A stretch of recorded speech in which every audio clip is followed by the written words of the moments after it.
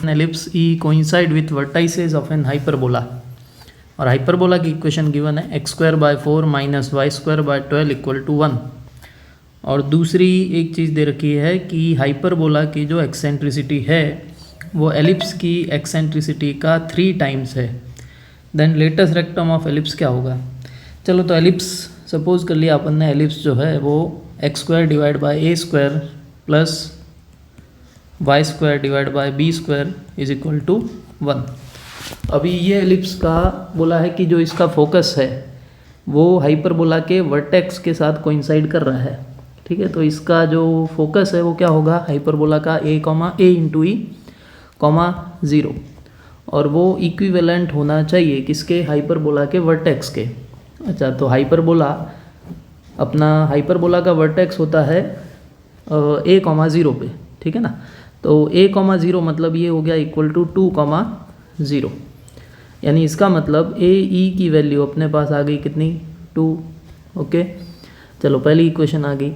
फिर दूसरा बोला है कि हाइपरबोला की एक्सेंट्रिसिटी, अब हाइपरबोला की एक्सेंट्रिसिटी इज इक्वल टू क्या होता है, under root of 1 plus B square upon A square, यानी under root of 1 plus B square का मतलब 12 है, ए स्क्वायर का मतलब 4 है, तो ये कितना हो जाएगा, अंडर रूट ऑफ 1 प्लस 3, मतलब हाइपरबोला की एक्सेंट्रिसिटी आ रही है 2। तो बोला है कि ये एक्सेंट्रिसिटी 2 जो है वो 3 टाइम्स है एलिप्स की एक्सेंट्रिसिटी। तो मान लो कि एलिप्स की एक्सेंट्रिसिटी है ई, यानी एक्सेंट्रिसिटी अपने पास आ गई कितनी, यहाँ से 2/3।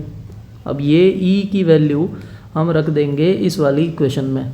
ठीक है, तो ए इंटू 2/3 इक्वल टू आ गया 2, यानी ए इज इक्वल टू बन गया कितना, 3 बन गया। चलो अब फाइंड क्या करना है, लेटेस्ट रेक्टम ऑफ एलिप्सिस। तो लेटेस्ट रेक्टम हम जानते हैं क्या होता है, 2b स्क्वायर डिवाइड बाई ए तो आ गया, लेकिन b फाइंड करना पड़ेगा।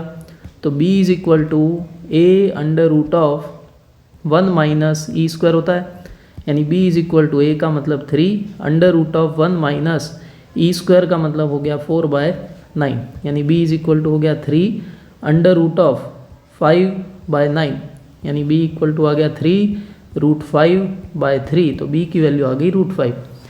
तो अब latus rectum is equal to 2 into b square मतलब 5 डिवाइड बाय ए का मतलब 3, तो ये कितना आ गया 10/3। तो इसका जो ऑप्शन है वो ऑप्शन होगा बी, राइट। ठीक है, चलो।